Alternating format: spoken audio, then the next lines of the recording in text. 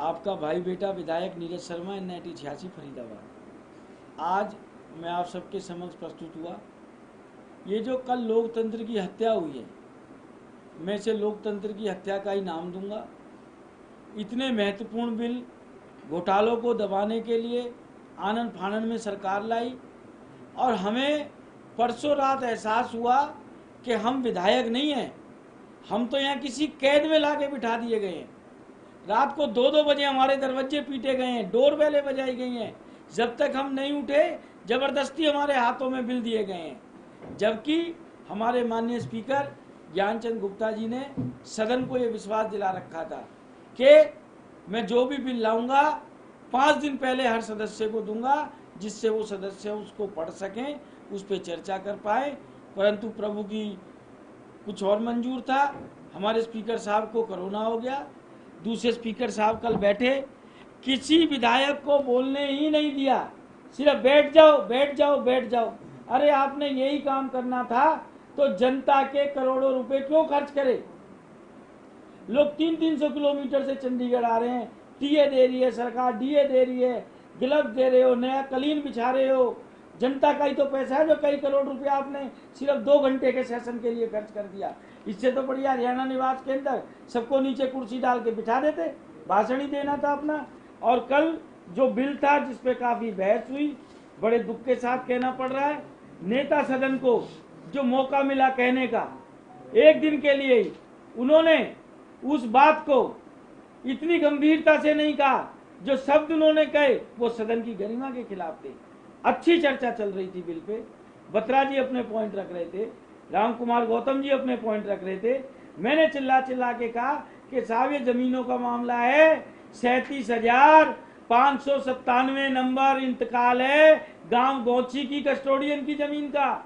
25 एकड़ कस्टोडियन की जमीन खाई गई है, सबको इसमें इंक्लूड करो। वक्फ बोर्ड की जमीनें खाई जा रही हैं। और सबसे बड़ी बात क्या हो रही है, सरकार आंख मीच के बैठी है।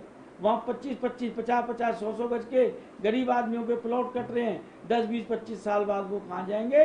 परंतु इनको ख्याल है तो बड़े महलों का, शॉपिंग मॉलों का, अट्टालिकाओं का, ये जो हॉस्पिटल बन रहे हैं करोड़ों हजारों रुपए के, उनका कि 1975 से ही उसको आपने एब्सोल्यूट कर दिया। इंक्वायरी पेंडिंग पड़ी है उसके अंदर, आप कैसे बिल लेके आ गए।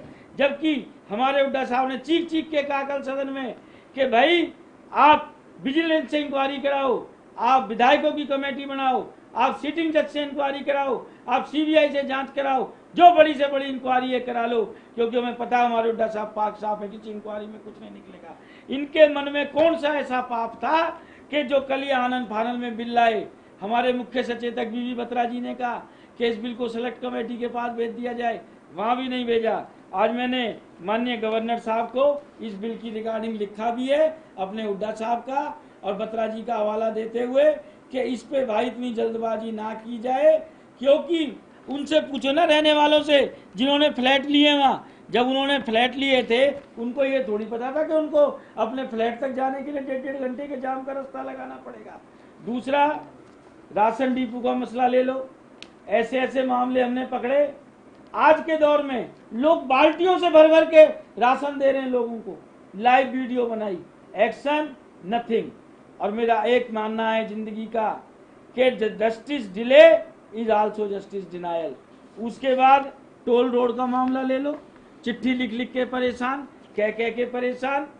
हमारे यहाँ बल्लभगढ़ से सोना रोड रिलायंस कंपनी की टोल रोड है, हर बात में कह देते हैं तो हुड्डा साहब के टाइम की थी। अरे हुड्डा साहब ने टोल रोड बनवाई, हमारे बाबूजी मंत्री थे उस समय सड़क पे गड्ढे नहीं थे, लोग जिस चीज का पैसा देते थे तो उसका आनंद भी लेते थे। आज तो क्या सड़क मोटरेबल है नहीं, पर रिलायंस है, कुछ कहेंगे ही नहीं। और हमारी खून पसीने की कमाई 37 रुपये हम एक बार में जाने के लिए देते हैं। ये आपका कस्टोडियन की जमीन का मसला हो गया।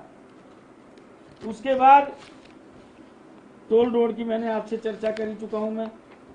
उसके बाद कल हमारे एक साथी विधायक को नेता सदन ने धमकाया कि ये चीज तो मेरे संज्ञान में नहीं आई। अरे साहब, जो संज्ञान है आप उस पर क्या एक्शन ले रहे हो? क्या आपको नहीं पता फरीदाबाद में वीनस कंपनी है, इंडस्ट्री महकमा भी आपके पास, लेबर महकमा भी आपके पास। 45 दिन हो गए मैंने रामचरितमानस जी का पाठ किया, मेरे पैर खराब हो गए, मेरे घुटने सूज गए, यहाँ मेरी वैन खराब हो गई। और जिस फैक्ट्री में 23 व्यक्ति दिव्यांग हो गए मेरे उठने के बाद, वहां पर 2 ही आदमी उस फैक्ट्री में दोबारा दिव्यांग हो गए। आपने 5 मिनट चर्चा करी अपने अफसरों से, आप क्या कर रहे हो? आपने कभी अफसरों से पूछा कि ऐसी कैसी मशीन लगा रखी है? हेल्थ एंड सेफ्टी का भी काम आपके पास है, बस गरीब मर जाए, ये महल वाले ना मरे। जबकि चुनावों में वादा क्या करते हैं?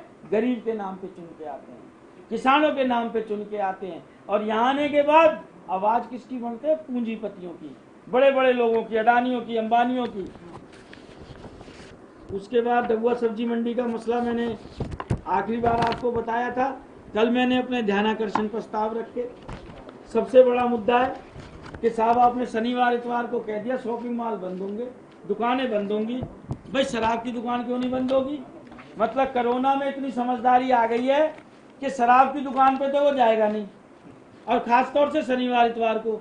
बाकी मार्केट में वो पकड़ पकड़ के घूमेगा लोगों को, दूध की दुकान पे जाएगा, दही की दुकान पे जाएगा, राशन की दुकान पे जाएगा, मनियारी की दुकान पे जाएगा। फैसिलिटी आप कुछ दे नहीं रहे, कोई बिजली के बिल में फैसिलिटी नहीं, कोई हाउस टैक्स की फैसिलिटी नहीं, कोई डेवलपमेंट चार्ज की फैसिलिटी नहीं। उसके बाद एक और मसला इनके महकमे का, झूठे प्रचार करते हैं, पिछली सरकारों को बदनाम करते हैं। हमें याद है जैसी नई नई सरकार बनी, बड़े बड़े बोर्ड इश्तिहार पब्लिक रिलेशन के, हम जांच कराएंगे, हार्डवेयर चौक घोटाला, हार्डवेयर चौक घोटाला।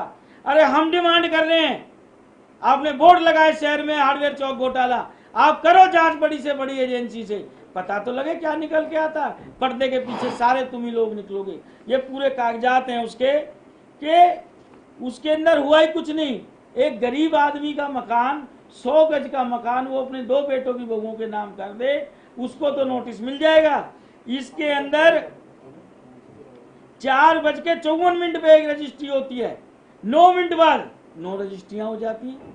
उन लोगों को रजिस्ट्रियां हो जाती हैं जिन्होंने रजिस्ट्री से कई साल पहले पैसे दे रखे हैं, जबकि इंडियन हार्डवेयर कंपनी जमीन की मालिक ही नहीं है। और कई जगह कानून के ऐसे आदेश भी आए हैं कि when the purpose of acquired land is defeat, जमीन जमींदार को वापस होनी चाहिए। हार्डवेयर कंपनी को जमीन दी थी वहां के आदमियों को रहने के लिए, अगर जो पर्पस डिफीट हो रहा है, मनारू गांव की जमीन है, वहां के जमींदार को दो। और इसी सरकार के अंदर ऐसा हुआ, घुमंतु जाति के लोग वहां रहते थे, उनको बेचारों को ठंड के अंदर, बारिश के अंदर बाहर पटकने के लिए छोड़ दिया, क्योंकि अमीर का नुकसान ना हो जाए। ऐसे ही हमारे यहाँ बड़े बड़े अस्पताल है, QRG अस्पताल है, कराओ ना जांच। जांच क्यों नहीं कराते हो? क्यों डरते हो? कहते हैं जी तुम्हारे टाइम बना था। अरे हमारे टाइम बना था तो हम तो कह रहे हैं कराओ जांच। दूध का दूध होगा, पानी का पानी होगा। कि जमीन किसने अलॉट करी थी? वो इंस्टीट्यूशनल प्लॉट था सेक्टर 16 का। किस शासन काल में कौन से कानून को बदल के जमीन वो दे दी आपने, और किस चीज के लिए दी थी? आज किस बुनियाद पे अस्पताल बना खड़ा है? किसने उस अस्पताल की कंप्लीशन दी? दूध का दूध हो जाएगा, पानी का पानी हो जाएगा। सिर्फ उल्टी सीधी बात करनी। उसके बाद नगर निगम तो हमारी बहुत माशाल्लाह है, उसके लिए मैं सरकार को कई बार ज्ञापन दे चुका हूं कि भाई हमारी नगर निगम की विजिलेंस जांच कराई जाए, इसकी फॉरेंसिक ऑडिट कराई जाए। ये सब मुद्दे हमें आपके आगे क्यों उठाने पड़ रहे हैं? क्योंकि हमारे को तो बोलने का मौका नहीं दिया जा रहा सदन में, हमारी आवाज दबाई जा रही है। पर हम अपनी आवाज नहीं दबने देंगे, चाहे आपके माध्यम से, चाहे कैसे, हम अपनी बात को जरूर उठाएंगे। उसके बाद बड़े दुख के साथ कहना पड़ रहा है, फरीदाबाद गुड़गामा, जिसे हम मिलेनियम सिटी कहते हैं, गंदगी में टॉप 10 में नाम आ गया। आपके पास सफाई करने की व्यवस्था नहीं है। सफाई का ठेका चाइनीज कंपनी को दे रखा है।